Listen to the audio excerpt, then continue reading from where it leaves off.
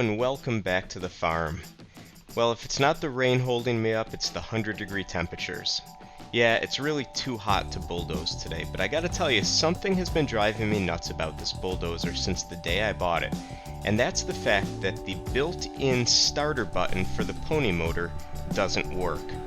Somebody obviously rewired the starter solenoid, and they didn't really know what they were doing because there's like 5 or 6 wires that come out of it. I've removed most of them, and it never worked. All you're supposed to do is push this button, and the pony motor's supposed to fire right up. So today, while it was early and sort of overcast, I came to the farm and I started disassembling things. I started by removing the starter button, and I assumed it was just a 2-post momentary switch. And upon looking at the back of it, I was correct. So this means that the grounding wire is going to be split across both of those terminals, which will complete the circuit. I then removed all the wires off of the starter solenoid. Now I googled this starter solenoid because it's only 3 posts, and I figured out which one was positive and which one is negative. And then I fed my new cable that I made for the battery.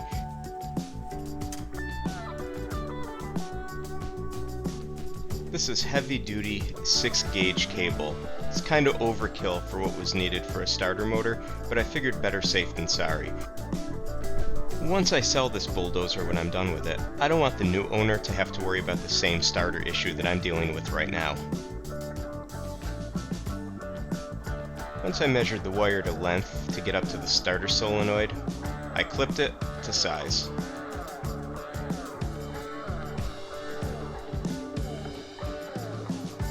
The next process was pretty straightforward. Once you strip the insulation, twist the wires, you put a terminal end on, you crimp it down, and then use some heat shrink tubing to make the final connection, to seal it against the weather.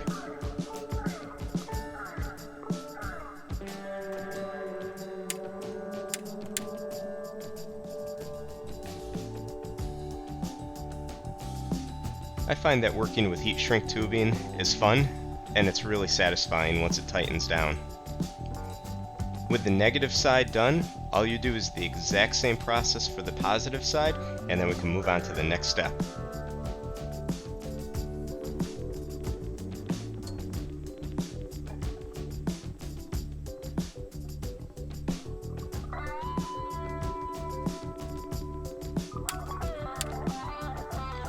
The starter solenoid on this particular starter is definitely new.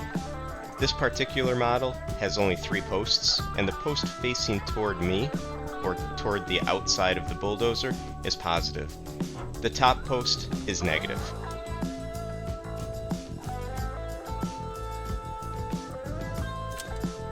The reason why I'm fighting with this slip joint wrench is simply because I didn't bring the right tools with me today.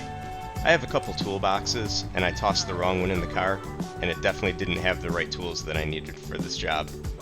I'll come back and tighten everything up. You'll also notice that I don't put a nut on the top negative post. That's because I dropped it into the dirt under the bulldozer, and I have to find it. But anyway, what I did is I measured the wire back to the starter button. I split the wire between the positive and the negative, and then I snipped the negative in half.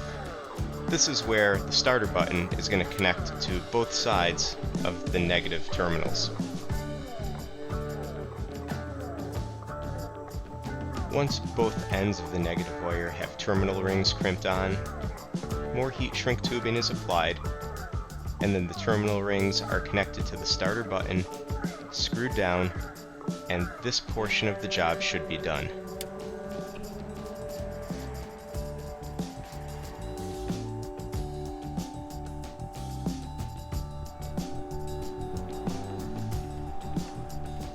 Reinstalling the starter button is very simple. It's just the opposite of what we did to dismantle it.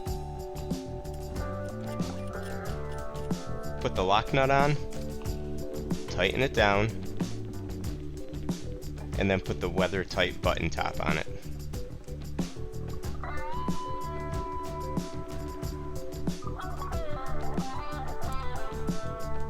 Make sure you route all your wires neatly and keep them away from anything that's really hot.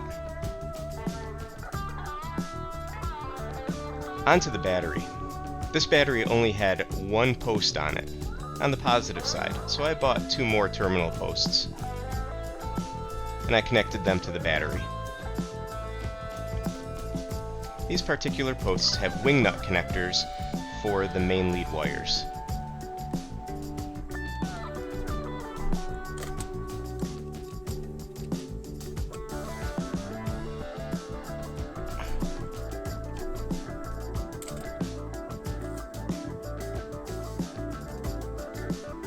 The wing nuts make it super simple to perform maintenance on anything that's connected onto this battery.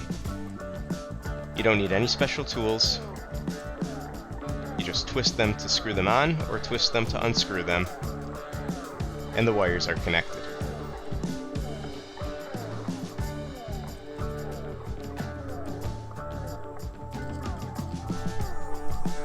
Overall, the job came out great and is pretty clean for what it is.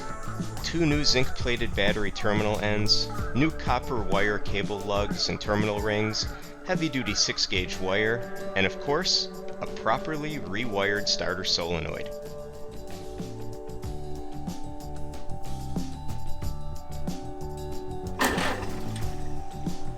It's always satisfying when you test your end result and it works. After several days of heavy rain, you can clearly see the concrete pads behind the barn. I thought this was one very large pad.